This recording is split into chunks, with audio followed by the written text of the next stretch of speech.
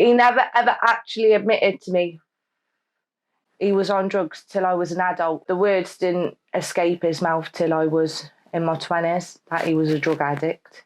A lot of the time when I'd be going to spend time with my dad on a weekend, we'd go to Crackdens, his friend's house. He'd make me promise that I wouldn't tell my mum or my nan. A lot of the Crackdens you could hear. You knew what was happening as you got older. What was it like being in that environment? It was horrible, really, but like you sort of don't know any difference because you're a child, and like I thought that was normal. What sort of things did you see? It was more so done in another room, like where I was sat in the living room and they'd be in the kitchen, like 4 or 5 of them in the house, and like you'd hear like the cans crack, like crunching, the foil crackling. You could hear lighters, you could hear the inhalation of like sucking through a can. It was horrible.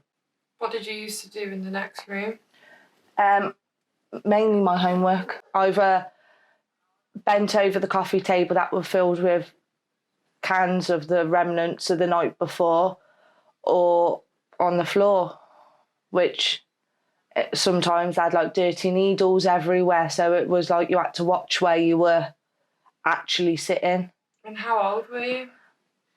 About 6. How did you seek comfort when all this was going on? Or did you even seek any comfort?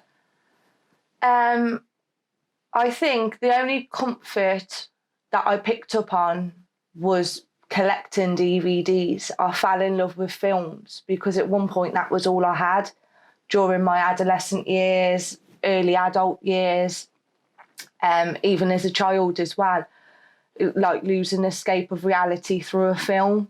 And that's when I began collecting DVDs upon DVDs for many years and ended up with a collection bigger than Blockbuster.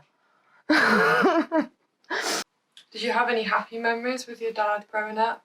Yeah, my most fondest memory was when he used to take me swimming. Although we did used to have to jump the train. We used to have to jump the train there and jump the train back.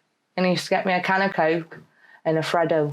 So as I got older, when I began dating, I was vulnerable really because I didn't understand what love was, being deprived of it as a child. So I jumped into many relationships, and a lot of those relationships were toxic and abusive, and I essentially settled for that due to the fact of not being able to understand the difference between abuse and love.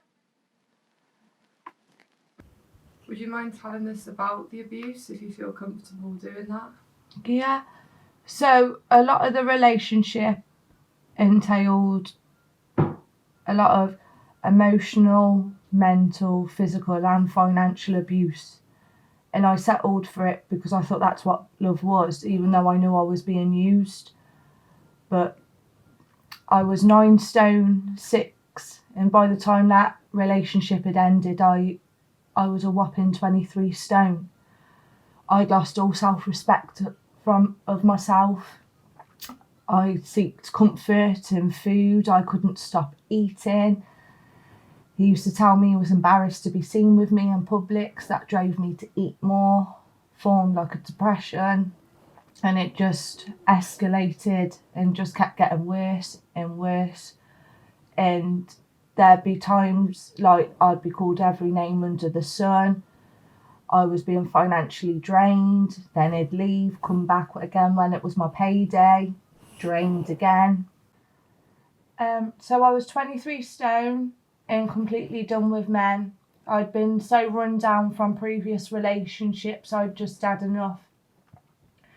And then years later, I met Frankie's dad, and he changed the whole concept of what I once believed was love, and restored my hope into being that there are decent men out there. Although we're no longer together, we have such a good relationship, like bond, and friendship between us that we are truly best mates. And sometimes your soulmate doesn't have to be your lover, it can be a friend.